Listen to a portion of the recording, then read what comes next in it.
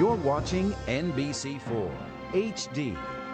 And now, Pat Battle, Michael Gargiulo, and Sally Ann Mosey.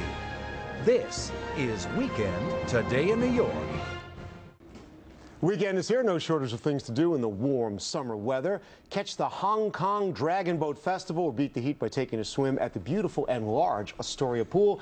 Alison Rosen, Associate Features Editor from Time Out New York, is here this morning to fill us in what's happening around town. Alison, always great to see you. Thanks, good morning. Okay, we're going to start with an event called The 10. Yes. Now, this is how it's been described. How bad behavior makes good comedy. Yes. Okay. And this is, I think, a best bets first, because this is probably the first time I've started off talking about a movie, because there's so many things to do in the city, and I'm saying, hey, go indoors. But you know what?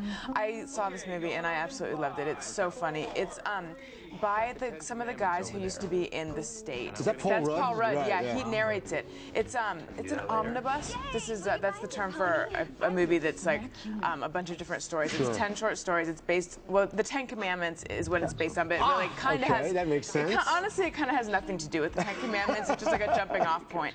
But Gretchen Mol is in it, Liev Schreiber, that's Ken Marino, he's one of the guys who made it, and David Wayne, and it's just great. So I recommend it. Go see it today. Yeah, get out of the heat. It's like a lot of fun.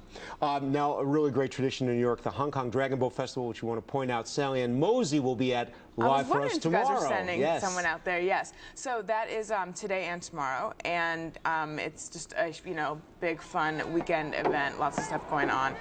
There it is. You can see it there.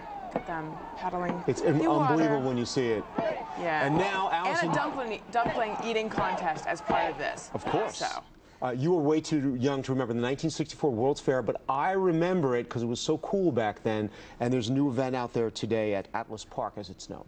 Yes. And that's true. I am way too young to No, remember of course, that. I only heard the 84 tales World's of it. Fair. Yeah, exactly.